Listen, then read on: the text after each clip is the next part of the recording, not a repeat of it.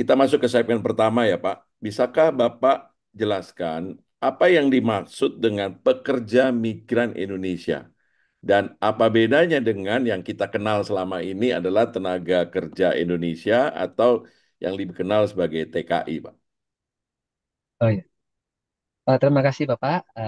Assalamualaikum warahmatullahi wabarakatuh. Salam, namo buddhaya, Om Swastiastu, salam rahayu kita semua. Yang saya hormati Bapak Budi Sucipto, yang saya hormati Pak Roy, dan juga yang saya hormati rekan-rekan yang hadir di daring ini. Pertama-tama saya mengaturkan terima kasih yang sebesar-besarnya kepada Bapak Budi yang telah mengundang kami di podcastnya.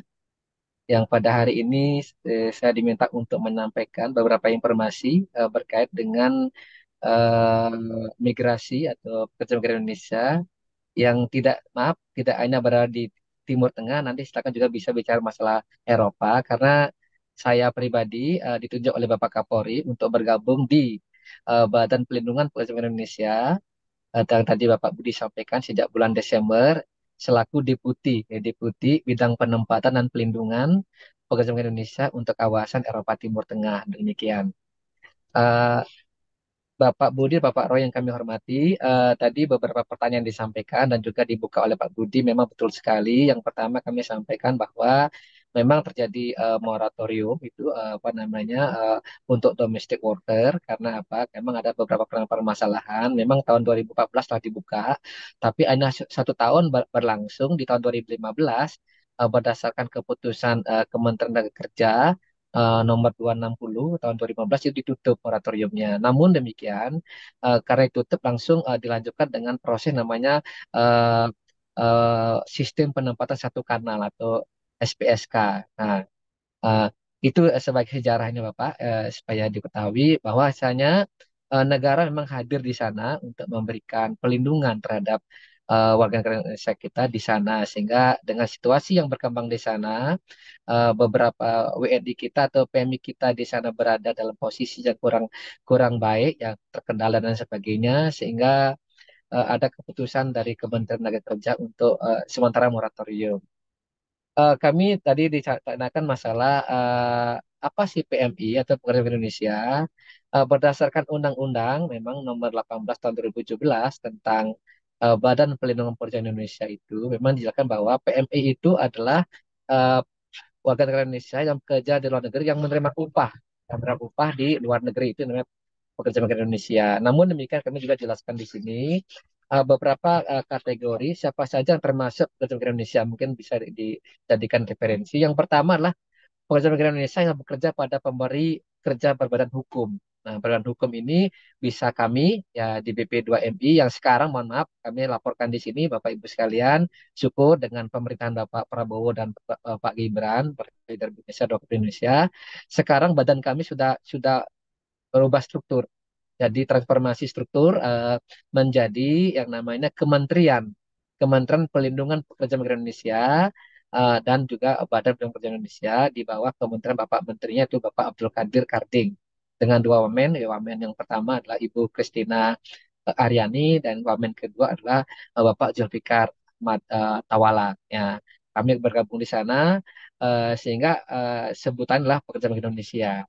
Jadi perbedaan hukum kami yang menempatkan. Yang kedua yang menempatkan adalah P3MI Bapak. Yaitu P3MI adalah yaitu perusahaan penempatan. Yaitu perusahaan perjalanan Indonesia yang juga bisa menempatkan dengan program yang kami sebut P2P namanya. Private to private ya. Yang ketiga adalah bersifat perseorangan atau mandiri. Ya. Ini yang kami perjalanan Indonesia yang bersifat mandiri. Yang ketiga adalah yaitu pelaut awal kapal dan pelaut perikanan. Ini juga masih dalam proses Bapak karena ini banyak permasalahan dan belum belum mantap masalah peraturan pemerintah nomor 22 tahun 2022 tentang penempatan dan pelindungan awak kapal niaga migran dan awak kapal perikanan ini dalam proses. Mudah-mudahan dengan terbentuknya kementerian ini kita akan lebih fokus untuk bisa memberikan pelindungan kepada PMI kita nanti bekerja di pelaut awak kapal maupun pelaut perikanan itu demikian. Ini yang kami sampaikan. Berikutnya juga kami laporkan tadi disampaikan mengenai PMI itu ada sebab perubahan sebutan mungkin sebagai Bapak Ibu kami sampaikan ada sejarah migrasinya, ada historisnya. Kalau mungkin kami sampaikan di sini dari tahun 1890 ya sejak masa India Belanda, masa kolonialisme itu memang dulu ada yaitu namanya menempatkan kuli kontrak di sektor-sektor perkebunan ya di mana pemerintahan Belanda pada saat itu mengirimkan warga kita baik dari Jawa, Madura, Sunda itu ke daerah Suriname. Amerika dan juga Amerika Selatan itu dikirim ke sana. Nah, terus melakukan proses perjalanan panjang dan tantangan begitu berat tentunya masuk ke Orde Lama. Ya, Orde Lama adalah pasca daripada penjajahan. Kita memiliki di sana juga dulu ada penempatan TKI dan sebagainya, namun masih bersifat tradisional. Itu ke Saudi Arabia dan juga ke Arab. Ulang ke Saudi Arabia dan Malaysia. Ini mungkin pertimbangannya karena hubungan agama dan juga lintas batas yang dekat begitu. Ini. Terus bergerak sampai sekarang maju ke Orde Baru. Orde Baru sudah dibentuk yang namanya di Peraturan Pemerintah Nomor 4 tahun 1970, yaitu yang disebut dengan program antar kerja antar daerah dan juga yang kita sebut TKI. Nah, tadi Pak Roy nyampaikan apa sebenarnya TKI dengan PMI ini jauh bedanya Bapak. Mungkin nanti ada stigma masyarakat publik terhadap TKI itu dulunya dipandang rendah Bapak. Sehingga dengan nanti pergerakan reformasi ini tadi ada namanya reformasi nanti di tahun 2004 ini reformasi keluarnya Undang-Undang Nomor 39 tahun 2004 tentang penempatan dan pelindungan tenaga kerja Indonesia yang kita sebut TKI tadi itu. Nah, TKI ini lahirlah namanya nanti Badan Nasional Penempatan Pelindungan Tenaga Kerja Indonesia. Ini tahun 2004 di Undang-Undang Nomor 39. Nah, ini mengalami proses panjang hampir 13 tahun sehingga lahirlah undang-undang kami sampaikan Undang-Undang Nomor 18 tahun 17 yaitu Undang-Undang Pelindungan Pekerja Migran Indonesia. Sebutannya berubah. Di tahun 2004 disebut TKI, nah sehingga tahun 2017 disebut dengan PMI. Nah, PMI ini sebagai wujud undang yang baru yang sangat besar sekali, negara hadir memberikan perlindungan. Di sana bekerja adalah asasi manusia yang harus dihormati, dihargai, martabat dan sebagainya. Sehingga orang sering menyebut PMI, kalau usah malu-malu jadi PMI. Kalau dulu memang jadi TKI malu Bapak. Karena apa? Karena oh TKI saja. Kadang-kadang takut-takut berangkatnya malu-malu karena dipandang rendah, stigmanya negatif dan sebagainya gitu ya.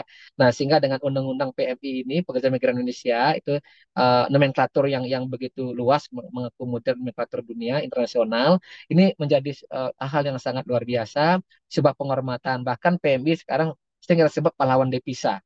Nah, ini ada perubahan. Sehingga Perpres nomor 90 tahun 2019 ini terbentuklah badan Bapak, Badan Pelindung Pekerja Indonesia. Namun demikian di tahun 2024 sekarang sudah menjadi Kementerian Pelindung Pekerja Indonesia. Demikian Bapak, Pak Roy sebagai awal dulu sejarah dari Ya, pemigrasi ini dengan stigma-stigma publik negatif terhadap TKI kita, namun demikian sekarang namanya PMI itu semakin banyak orang pengen jadi PMI tadi Pak Budi sampaikan bahwa ya. banyak sekali. Itu ada 10 besar, Bapak. Yang pertama Hmm. memang Malaysia menduduki peringkat pertama untuk penempatan PMI kita. Kalau secara prosedural, karena kita tahu, Bapak, laporan dari World Bank itu di tahun 2017 itu ada 9 juta WNI kita bekerja di luar negeri. Tetapi Wow. data yang kami miliki, yang kami comment center kami di Kementerian Pelindungan saat ini itu hanya 5 juta. Jadi Hmm. ada perbedaan angka di sana, angka data kurang lebih 4 juta. Nah, 4 juta ini diperkirakan berangkat secara non prosedural atau tidak resmi atau ilegal. Nah, ini Hmm. kurang lebih 4 juta. Ini sangat menarik perbandingan angkanya begitu. Nah, itu Malaysia kalau saya resmi di angka 1,2 juta, ada di Hong Kong, Taiwan, Bapak. Nah, Saudi Arabia menurut peringkat keempat. Saudi Arabia tadi Hmm. dikatakan untuk Timur Tengah, khusus Saudi Arabia itu di angka hampir 650.000. Itu yang resmi. Yang gak resmi kami tahu karena WNI kita berangkat ke Timur Tengah, ke Saudi Arabia, ke Bahrain, ke Oman, dan sebagainya itu kadang-kadang berangkatnya ini Sendiri. apa namanya ilegal ya. Kurang visanya bisa apa? Bisa umroh, bisa ziarah, Ya, bisa bisa kunjungan dan di turis sana. gitu ya. Iya, begitu Bapak. Nah, ini sebagai proses saja. Nah, dengan adanya undang-undang yang baru ini dan negara hadir memberikan penghormatan, ini mudah-mudahan warga negara kita yang bekerja itu mematuhi undang-undang dan juga menghormati kita sehingga tidak terjadi masalah-masalah yang terjadi saat ini yang kita tahu banyak yang masalah karena sakit, gaji gak dibayarkan, eksploitasi Ya. dan sebagainya. Mungkin demikian Bapak sementara dari saya Baik. untuk mengawali pembukaan untuk pagi hari ini kasih. Baik, terima kasih banyak Pak Gatot. Ini mencerahkan sekali ya, karena masyarakat Ya, taunya TKI, sebagian masih menyebutnya TKI Pak ya. Sekarang sudah iya. PMI, sangat kita PMI ada Palang Merah Indonesia, ini suka Oh iya ketuk-ketuk betul. seperti itu ya. Iya Nah, betul betul. Mudah-mudahan dengan penyebutan yang baru, kondisi lebih baik, lebih bermartabat, lebih dihormati lah Pak ya, ketimbang Ya TKI dulu betul. kan rendah tadi Bapak saya sampaikan. Nah, tadi Bapak juga sebutkan kan moratorium dicabut Pak ya. Nah, Ya. apakah ada perubahan kebijakan Pak sejak moratorium dicabut, kebijakan pemerintah untuk Oh, lebih melindungi dan sebagainya Pak? untuk moratorium masih moratorium Bapak, Pak Budi. Moratorium masih berlangsung untuk domestic worker, untuk maaf ya kalau boleh kami katakan asisten rumah tangga. Itu Oh, ya Mas. secara perorangan, perorangan tuh tidak boleh. Jadi Oh, memberangkatkan PMI kita secara perorangan. Pemberi kerja secara perorangan di negara tujuan atau negara penempatan di Saudi Arabia itu tidak boleh. Misalnya ke majikan A, ke majikan B tidak boleh. Tetapi secara bersama-sama satu perusahaan menerima di sana boleh Bapak. Sehingga ngontrolnya mudah, bisa dikendalikan. Namanya sekarang SPSK, Sistem Penempatan Satu Kanal itu. Jadi nanti oh, akan dikelola oleh satu perusahaan-perusahaan kita yang ada di sini dan juga perusahaan JC yang ada di Saudi Arabia itu boleh. Tapi kalau mengirimkan secara perorangan tuh ke masing-masing rumah tangga juga boleh. Tapi kenyataan oh, memang banyak sekali seperti itu. Maka ini betul yang betul. sangat rawan, sangat berpotensi terjadi yang namanya eksploitasi yang dikatakan ya terjadi gaji tidak dibayarkan, operator majikan dan sebagainya bahkan mengalami ya kekerasan dan sebagainya. Ini nggak boleh terjadi gitu. Moratorium masih terjadi, tapi prosesnya dipindahkan ke jalur yang namanya sistem penempatan satu kanal. Demikian. Oke. Baik. Iya, Terima kasih Pak. Iya Pak, ini menarik sekali Pak ya, Bapak sudah sebutkan tadi karena eh, kemudian menjadi penting itu perlindungan sebenarnya Pak ya. iya betul betul Jadi Pak. secara peraturan tadi sudah diatur untuk jadi satu kanal itu menjadi lebih baik segala macam. Tapi Iya. eh, apa ada langkah lain nggak Pak yang untuk pemerintah itu memastikan bahwa PMI kita itu betul-betul mendapatkan perlindungan yang layak, bukan hanya sebagai sesuai dengan hukum kita ya Pak ya, tapi juga kan ini karena kita berhubung mereka kan di luar Pak, tapi sesuai dengan hukum juga hukum internasional Pak yang berlaku. Eh, betul sekali Pak Roy. Memang undang-undang kita sudah sangat komprehensif Pak mengatur Hmm. itu Pak. Di Undang-Undang nomor 1817 itu tentang perlindungan perjalanan Indonesia itu sudah diatur Pak kalau nggak salah di pasal 31 Pak. Jadi Hmm. ketika kita menempatkan warga negara Indonesia kita ke luar negeri untuk bekerja itu ada tiga hal yang harus dipenuhi Bapak. Yang pertama adalah bahwa negara itu ada sebuah peraturan yang melindungi tenaga tenaga asing. Tenaga asing itu harus ada itu. Yang kedua harus ada perjanjian MOU antara pemerintah Indonesia dengan pemerintahan di negara penempatan. Itu harus tertulis sifatnya. Itu harus ada Hmm. MOU. Nah, selama ini MOU itu dilakukan oleh Kementerian Tenaga Kerja. Dan juga tentu hasil MOU itu juga ada verifikasi, Bapak. Karena undang-undang itu juga melibatkan instansi terkait seperti Kemlu, Kementerian Luar Negeri juga dilibatkan, juga termasuk juga atas tenaga kerja yang ada di luar negeri dan juga ada atas kepolisian semua terlibat di dalam memverifikasi, bisa memverifikasi agensi yang ada di luar negeri itu harus dilakukan. Ya. Yang ketiga adalah harus ada jaminan asuransinya, itu harus ada. Hmm. Kalau nggak ada itu, tentu negara nggak boleh menempatkan warga negara Indonesia di suatu negara itu nggak boleh. Itu sudah diatur dalam undang-undang. Jadi tidak sembarangan gitu. Nah, Saudi Arabia memang sudah ada, Bapak. MOU-nya ada semuanya ada, tidak ada masalah. Cuma ada sebuah kebijakan untuk penempatan yang bersifat perorangan, kemajikan-majikan yang domestic worker Itu atau tidak low boleh. skill itu nggak boleh. Kalau high skill-nya itu kita kita oke Pak gitu. Demikian Oh. Bapak. Iya. Nah, kalau begitu secara sederhana Pak ya bisa Iya. dikatakan gini, kalau kita dengan satu negara tidak ada MOU-nya, Hmm. berarti kita nggak bisa mengirim PMI kita ke sana Pak ya. Tidak boleh Bapak betul sekali karena itu sudah undang-undang mengatur harus ada MOU dulu Bapak. Jadi MOU-nya sudah dia lakukan, setelah dilakukan baru kita prosesnya ada technical agreement dan sebagainya itu ada semua diatur.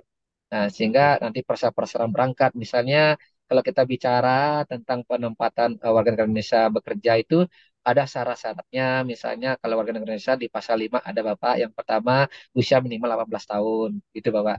Yang kedua harus sehat jasmani rohani, berikutnya memiliki kepesertaan jaminan sosial ketenagakerjaan dan juga memiliki dokumen yang lengkap. Itu di pasal 5-nya. Dan ini menjadi haknya ini Pak, kewajiban daripada WNI kita bekerja. Cuma ini Hmm. kadang-kadang dilanggar. Nah, di, Hmm. berikutnya juga ketika dia mau berangkat ke bekerja itu ada beberapa yang harus dilakukan persyaratannya di pasal 13-nya. Misalnya yang pertama harus punya visa kerja, itu harus itu. Ya, berikutnya harus punya paspor. Nah, paspornya harus ada. Terus berikutnya ada namanya sertifikasi kompetensi. Itu harus dimiliki. Nah, kalau nggak punya frekuensi nggak bisa juga. Terus juga ada yang lainnya juga ada pemeriksaan kesehatan, pemeriksaan psikologi itu semua harus dimiliki. Itu sudah diatur secara lengkap. Dan ini juga sebenarnya keuntungan bagi bagi warga negara Indonesia kita yang bekerja di luar negeri. Cuma masalahnya karena mungkin ingin jalan cepat, jalur cepat, ya ini kadang-kadang diabaikan. Ya, padahal Iya. kita sering udah kita ngasih informasi, sosialisasi kemana-mana. Tapi ya maaf ya, memang kami juga melakukan pencegahan-pencegahan juga, Pak. Kami banyak Hmm. pencegahan, Bapak. Hampir 3.000 lebih kami mencegah selama 1 tahun itu. Yang berangkat ke luar negeri tanpa ketentuan yang berlaku, kami hampir di angka 3.519. Di tahun 2004 itu kami cegah 3.519 dengan 375 kegiatan. Pada umumnya kami cegah yang paling banyak di daerah Banten, yaitu itu di Bandara Soekarno-Hatta, pemberangkatan kami cegah.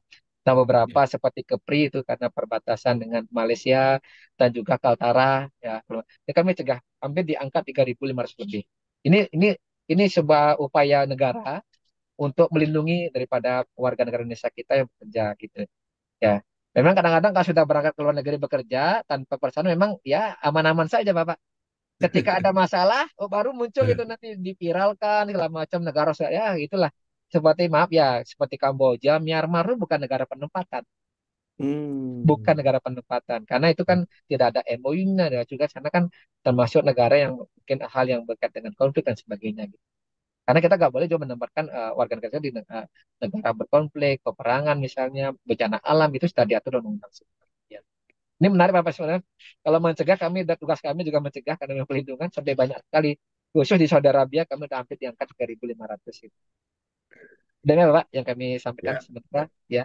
Baik, terima kasih Pak. Wah, ini informasi baru nih Pak.